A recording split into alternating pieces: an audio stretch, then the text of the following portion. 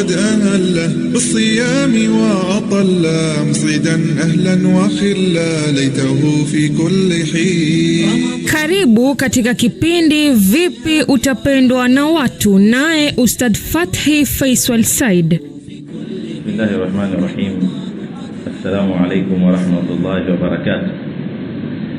Alhamdulillahi rabbil alamin. Wassalatu wassalamu ala ashrafil anbiya'i wal mursalin. Nabiyyina Muhammad wa ala alihi wa sahbihi ajma'in. سبحانك اللهم لا علم لنا إلا ما علمتنا إنك أنت العليم الحكيم. اللهم علمنا ما جهلنا وذكرنا ما نسينا وانفعنا بما علمتنا وتعلمنا يا رب العالمين. اللهم ارزقنا علما نافعا وقلبا خاشعا وعملا متقبلا صالحا. رب اغفر لي ولوالدي وارحمهما كما ربياني صغيرا. وصلى الله وسلم على نبينا محمد وعلى آله وصحبه وسلم تسليما كثيرا. Amma baad, ayuha alikhwa, bado tunazungumzia katika njia ambazo takuwa ni zenye kutufanya tupendane, njia ambazo tunazitumia ili kupendwa na wengine na sisi kuwapenda wengine, yani njia za kudumisha almahabba baina yetu.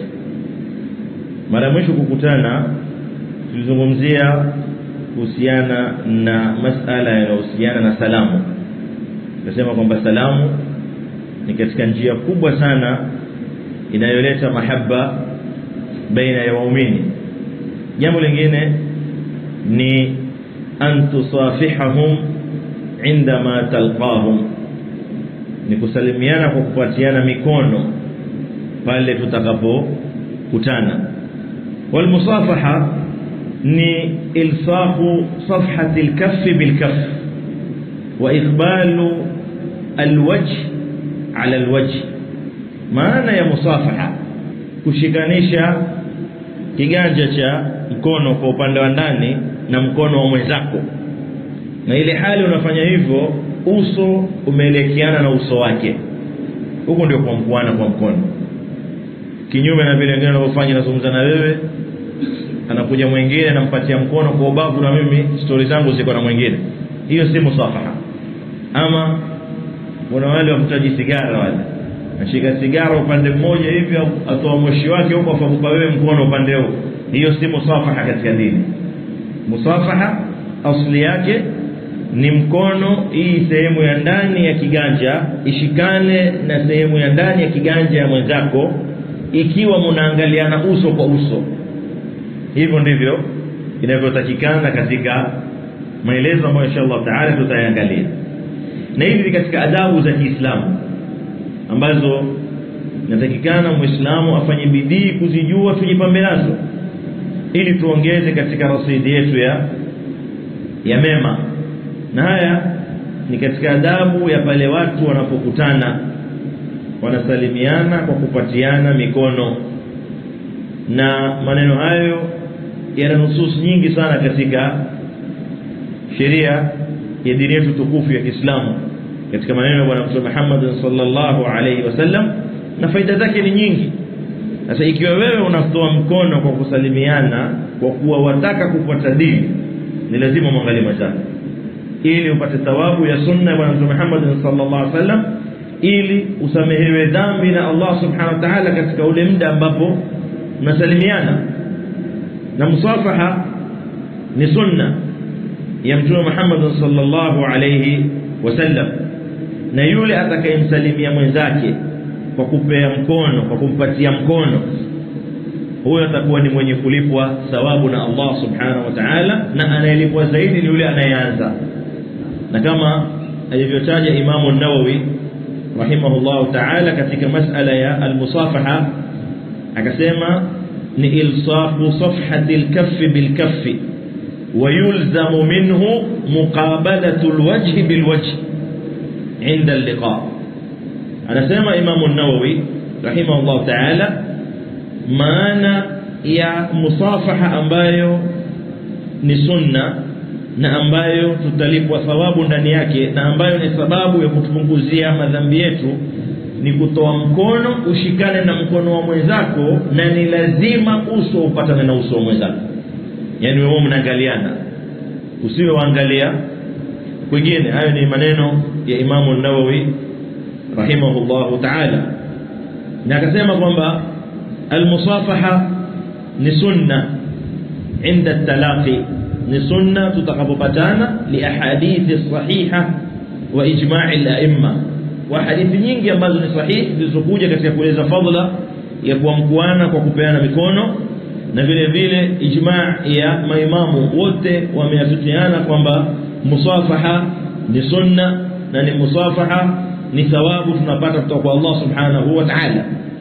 Akasema vile vile wal musafahatu mustahabbatun inda kullika, na kupatiana mikono kwa kusalimiana inapendeza katika kila kikao tunampatana msikitini tunapatana mikono, tukitoka nje tukapatana tena tunapatiana tena mikono, tukazungumza tukapatana tena getini kule tunasalimiana tena kwa kupatiana mikono. Anasema ni mustahab katika kila tutakapokutana. Katika hadithi sahih aliyotoa Imam al-Bukhari anasema Qatada, qultu li Anas radiyallahu anhu akanat al-musafahatu fi ashabi an-nabiy sallallahu alayhi wasallam, qala na'am. Alimuuliza, je, masahaba wa mtume walikuwa wakiamkuana kwa kupatiana mikono? Akamwambia na'am, masahaba wa mtume walikuwa ndivyo wakiamkuana. Na Anas radiyallahu anhu akasema haya masala ya kupatiana mikono, haya ni masala ambayo Anas radiyallahu anhu amewasifu watu wa Yaman kwa jambo hili. Wanasema wao ndio watu wa kwanza waliokuja na musafaha, huku kwa mkuana kwa mikono. Anasema ni jambo lililoletwa na watu wa kutoka Yaman. Maneno hayo ameyatoa Imam Ahmad kwa sanad ambayo sahihi. Na musafaha ni sababu ya kuunganisha nyoyo.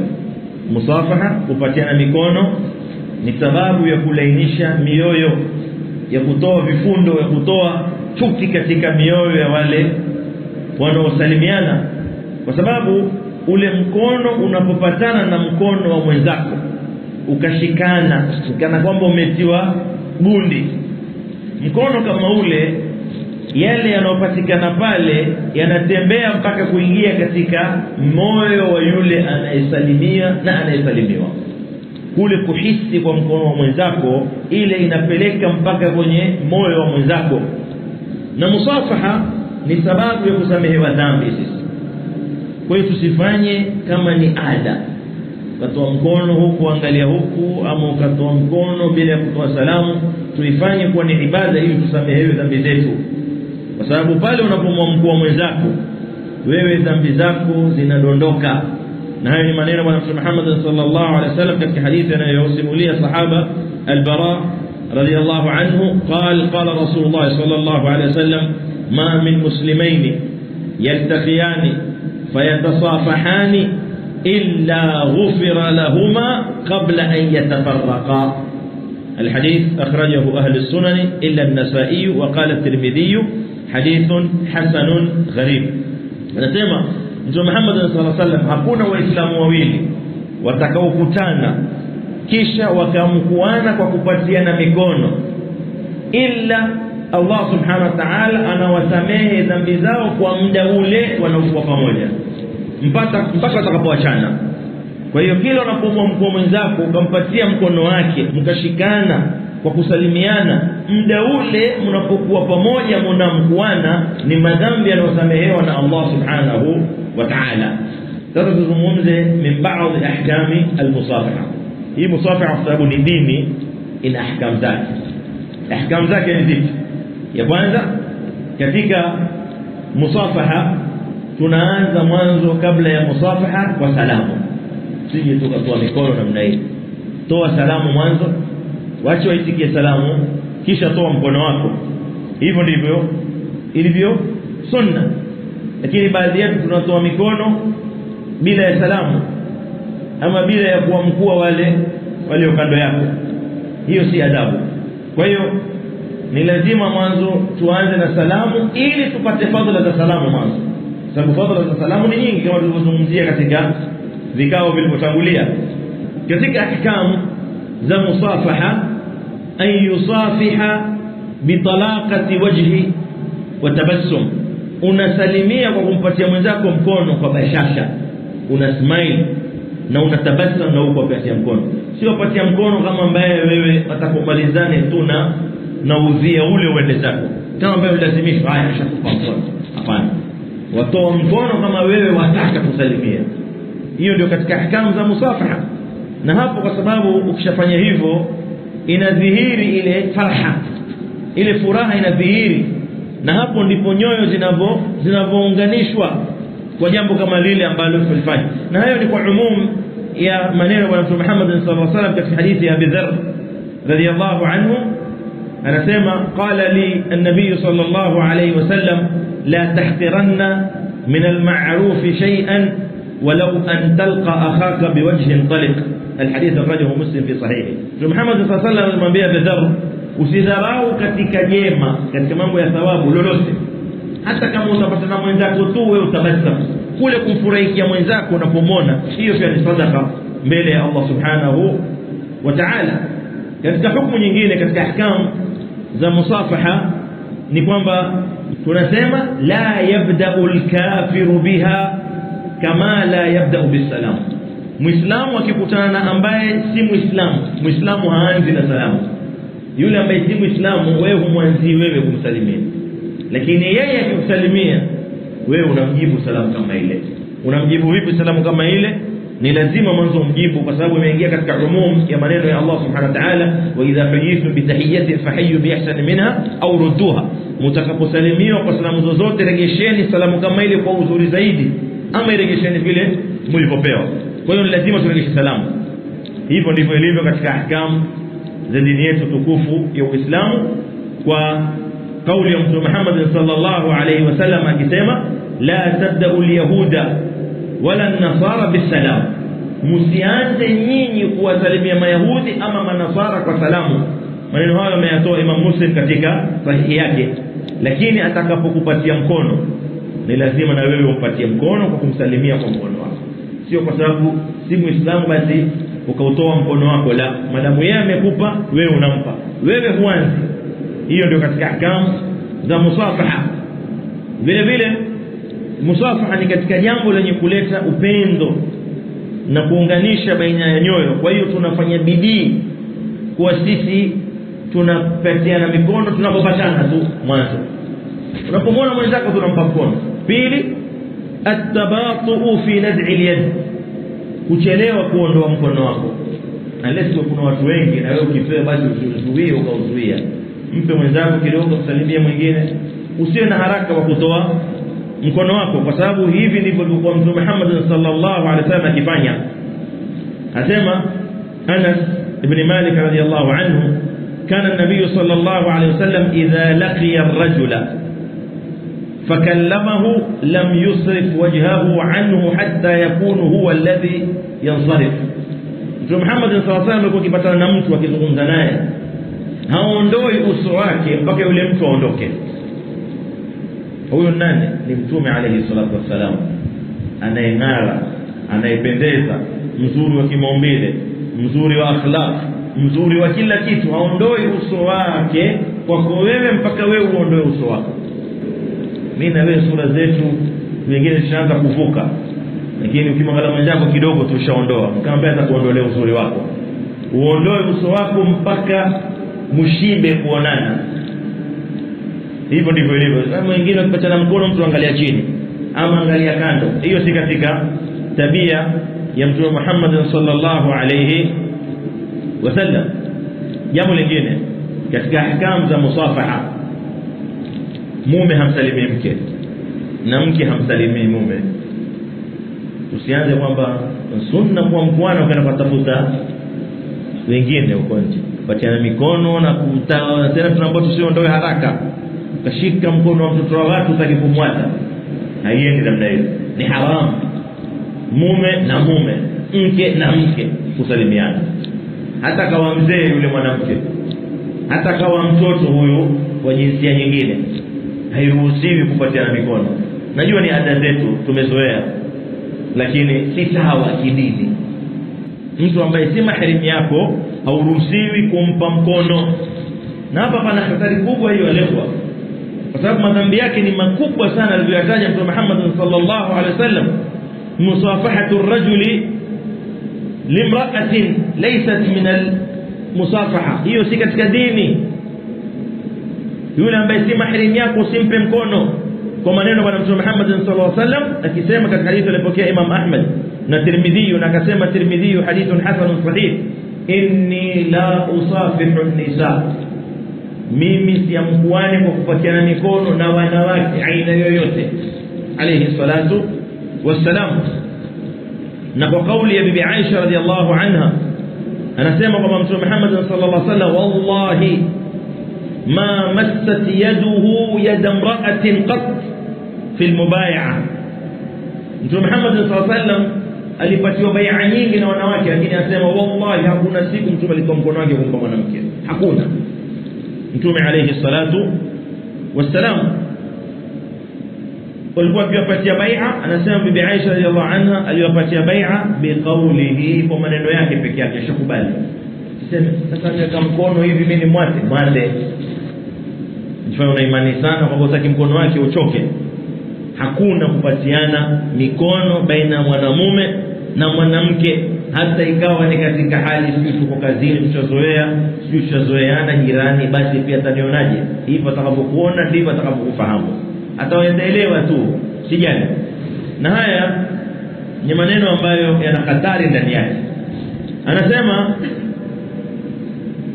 Mi'qal ibn Yasar radiyallahu anhu, qala Rasulullah sallallahu alayhi wasallam, kideni hatari ya maneno haya ya kupatiana mikono kwa wanawake, la an yut'ana fi ra'si ahadikum bimikhyat min hadid khairun lahu min an yamassa imra'atan la tahillu lahu, mmoja wenu kudungwa katika kichwa chake kwa chuma cha moto ni bora kwake kuliko kugusa mwili wa mwanamke ambaye si mahrim yake, ikiwemo salamu. Haya maneno bwana Mtume Muhammad sallallahu alaihi wasallam aliyotoa at-Tabarani, na akasema al-Mundhiri na Baihaqi na al-Haythami rijaluhu rijalu sahih. Lakini imekuwa katika urfi yetu na ada zetu wa mkuana, hasatan wale wadogo wa mkua ambao ni wakubwa, kwa kupatia mikono, tena kikwetu ikazidi, na baadaye kupatiana na kubusu mkono wa yule mama ama yule mzee, ikiwa ni mtoto wa kike na mkuu mzee wa kiume, ama mtoto wa kiume na mkuu mzee wa kike. Hilo ni jambo ambalo haliruhusiwi. Aliulizwa Imam Ahmad ibn Hanbal rahimahullah ta'ala عن الرجل يصافح المرأة, je, mwanamume anampatia mkono mwanamke? Akasema la, qat'an, akakata. Akaulizwa tena, je, ikiwa huyu anayeamkuliwa ni mzee sana, ajuza kabisa, mimi nampatia mkono? Akamwambia la. Akamwambia, je, waonaje fayusafihuha bithawbin, akaweka kizuizi kwenye nguo. Maana nakumbuka tukienda madukani zamani wanaouza ni mama zetu, ukimpa chenche kama sio kanza kuuza atia kwenye leso mkono wake. Je, kwa mkuana vile? Akasema la, hakuna. Kwa hiyo aslan kwa mkuana baina ya asli ya kiume na asli ya kike kwa kupatiana mkono hamna katika dini yetu. Suila الشيخ العلامة عبد العزيز بن باز رحمه الله تعالى من مصافحة المرأة الأجنبية إذا كانت عجوزا أو كانت تضع يدها حاجزا من الثوب ونحوه. aliulizwa, je, kumwamkua mwanamke aliyekizere kwa kumpa mkono, ama yule mwanamke akaweka kizuizi baina ya mkono wake na mkono wangu, ni vipi? Faajaba rahimahullah ta'ala akisema, la yajuzu musafahatu an-nisa ghairu maharimin mutlaqan, kwa ujumla haifai kumwamkua mwanamke aina yoyote kwa namna yoyote kwa kumpatia mkono, sawaun kunna shabat am ajaiz, wawe ni wazee ama bado wawe ni watoto wadogo, wale wanawake hairuhusiwi. Kwa sababu anasema kana al-musafih shaban am shaykhan kabira, Na huyu mwenye kusalimia mwanamume awe ni mtoto awe ni mzee pia hairuhusiwi kumsalimia ambaye ni asli ya kike, lima fi dhalika min khatarin wa fitnatin likulli minhuma, kwa sababu inachelea kwamba ikatoka fitna. Tasema basi hata mzee, kuna wengine labda ndio mapenzi yao, ndio mapendeleo yao, huwezi jua shetani anaingia katika maslahi gani. Kwa hiyo kufunga milango ya fitna, Sheikh anasema kwamba ni kufunga kutoa mikono kwa wanawake, na anasema wala farqa, na hakuna tofauti baina ya kumsalimia mwanamke awe ni mtoto awe ni mzee, kwa umum ya maneno bwana Mtume Muhammad sallallahu alayhi wasallam, inni la usafihu nisa, kwa sababu yule kizere pia bado hajatoka katika mafhumu ya nisa, ni mwanamke vile vile. Kwa hiyo anasema walisaddi dharai, kwa hiyo kufunga milango ambayo huenda ikatufikisha ila alfitna ni sisi kuachana na masala ya mwanamume kwa mkwana na mwanamke kwa kumpa mkono. Wallahu waliyu tawfiq, na Mwenyezi Subhanahu wa Ta'ala ndiye mwenye kuongoza katika njia azipendazo. Kwa hiyo kupatiana mikono baina ya mwanamume na mwanamke hamna. Na katika hukumu zingine za kupatiana mkono katika kusalimiana, sasa hapa tunakuja sasa. Anas radiyallahu anhu ilikuwa kiamka usubuhi, dahana yadahu biduhnin wa tibin, ilikuwa akipaka mkono wake kwa manukato. Kwa nini? Limusafahati ikhwani, ili awamkue wengine wanukie. Kwa hiyo kutaka kuwamkua wenzako, mkono wako uwe safi, si watoka kufanya shughuli zako mbeba magrisi ya njao lazima upewe mkono. Ukikataliwa usiseme kuwa dharauliwa. Ama wengine watoka kufanya shughuli zingine za uchafu, uje upatie mwenzako mkono, si sawa. Na hayo maneno ya Anas kwa kujipaka manukato katika mkono wake kabla hajasalimia wengine ni maneno aliyotoa Imam Bukhari katika Adab al-Mufrad kwa sanad ambayo ni sahihi. Vile vile Anas radhiyallahu anhu ilikuwa akiamkua watu na huku anawaombea dua. Akishasalimiana na mwenzake Muislamu, akishampa mkono anamtilia dua pale anapokuwa ni mwenye kuamkuana na yeye. Na hayo vile vile ameyatoa Imam al-Bukhari katika Adab al-Mufrad kwa sanad ambayo ni sahihi. Na yuliulizwa Anas radhiyallahu anhu, akana Rasulullah sallallahu alaihi wasallam yusafihukum idha laqiyakum, je, mtume alikuwa akiwapatia mkono anapoonana na nyinyi? Qal, akasema ma laqituhu qattun illa safahani, sikukutana na mtume siku yoyote ila nilimpa mkono alayhi salatu wassalam. Hadithi hiyo ameitoa Abu Daud na wengineo na kwa sanad ambayo ni sahihi, na wengine wakasema ni hasan.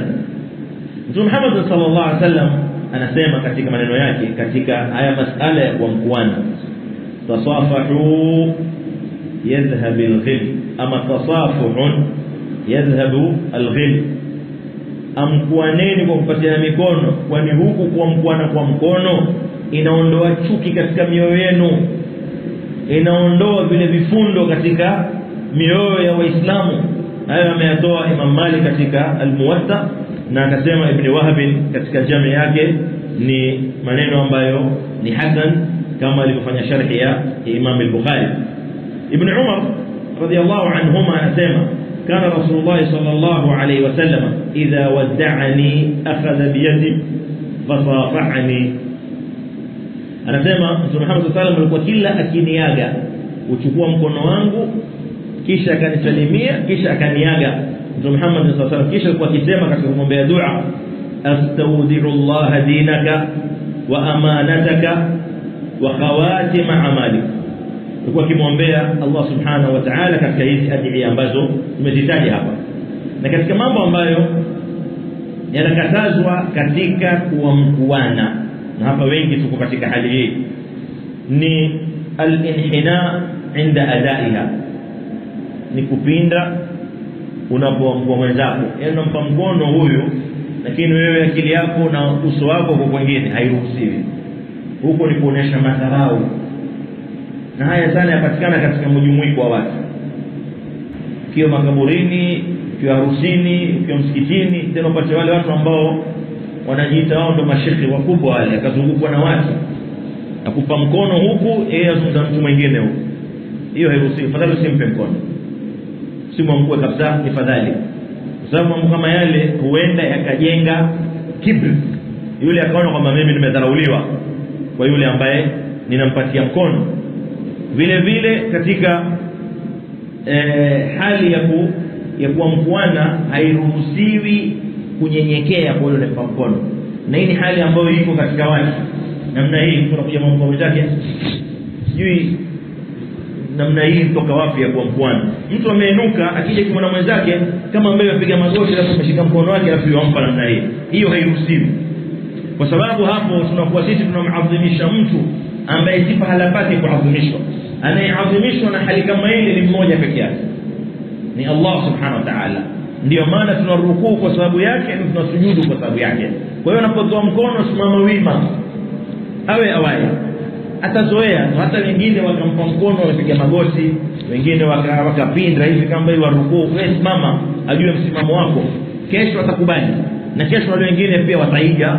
Itakuwa ni da'wa wewe umefanya kwa ajili ya Allah subhanahu wa ta'ala. Vile vile katika jambo lingine ambalo haliruhusiwi katika kutoa mkono ni kusalimia kwa vidole, atrafi yad. Na hivi wengi tunao, mimi nakusalimia kwa mkono mzima ni kwa vidole vyako tu. Yani kama mikono wako ukiona ukinipa baraka zote mimi safaidika sana, fadhali usinipe sana, nipe mkono kamili ama usinipe. Kwa hiyo kusalimia kisawasawa ni kutoa mkono kikamilifu kama alivyokuwa akifanya Mtume Muhammad alayhi salatu wasalam. Bali Mtume alayhi salatu wasalam alikuwa akiamkua, haamkui kwa vidole, haamkui kwa mkono mmoja, alikuwa akiamkua kwa mikono miwili alayhi salatu wasalam. Kwa hiyo inaruhusiwa vile vile katika ahkamu za musafaha kuamkua kwa mikono miwili. Kivipi kwa mikono miwili? Yani unamshika yule mwenzako na mkono wa kulia, kisha mkono wako wa kushoto ukamwekea juu ya mkono wako vile vile. Yani kumshika kwa mikono yako miwili mkono wake ule mmoja unomsalimia. Na hayo yalikuwa ni katika sunna za Mtume Muhammad sallallahu alaihi wasallam kama ilivyokuja katika sahihi ya Bukhari na vile vile sahihi ya Muslim, hadithi ya Ibn Mas'ud radhiyallahu anhu asema allamani Rasulullah sallallahu alaihi wasallam at-tashahhud. Mtume sallallahu alaihi wasallam amenifundisha tashahhud ya sala ile ya mwisho, ile tahiyatu. Anasema wa kaffi baina kaffaihi, na huko amenishika mkono wangu kwa mikono yake miwili alayhi salatu wasalam. Kwa hiyo amemamkua kwa kutumia mikono miwili, amemamkua kupatia mkono mmoja kisha mkono mwingine ukawa uko juu yake. Vile vile anazungumza Hammad ibn Zaid annahu safaha Abdullah ibn al-Mubarak rahimahullah ta'ala, asema bikilta yadayhi, amesalimia mimi Abdullah ibn Mubarak kwa kutumia mikono yake miwili. Kwa hiyo unaruhusiwa umpatie mwenzako mkono na huko umeshika na mkono mwingine, kumhakikishia kwamba wewe wangu na nimekuamkua, nataka kukuamkua. Kwa sababu kule kutoa vidole kama kuondoa lawama, haya angalieni shema mkuu, hapana, unatoa mkono wako kamili. Kwa hiyo hizo ndizo baadhi ya ahkamu ambazo zinahusiana na al-musafaha. Wallahu a'lam. Mwenyezi Subhanahu wa Ta'ala aziunganishe nyoyo zetu, atujalie ni watu wanaopendana kwa ajili yake yeye Allah Subhanahu wa Ta'ala, na atusahilishie zile sababu za kupendana baina yetu, na ajalie mapenzi yetu yawe ni sababu ya sisi kwenda kunufaika na rehema zake Allah Subhanahu wa Ta'ala, na kunufaika na kupata kivuli cha arshi Allah Subhanahu wa Ta'ala siku ya kiyama. Subhanakallahumma bihamdika ashhadu an la ilaha illa anta astaghfiruka wa atubu ilayk. Hafidhina dhakirina. Umekuwa ukisikiliza kipindi Vipi Utapendwa na Watu, naye Ustadh Fathi Faisal Said. Sauti ya huruma ni yetu.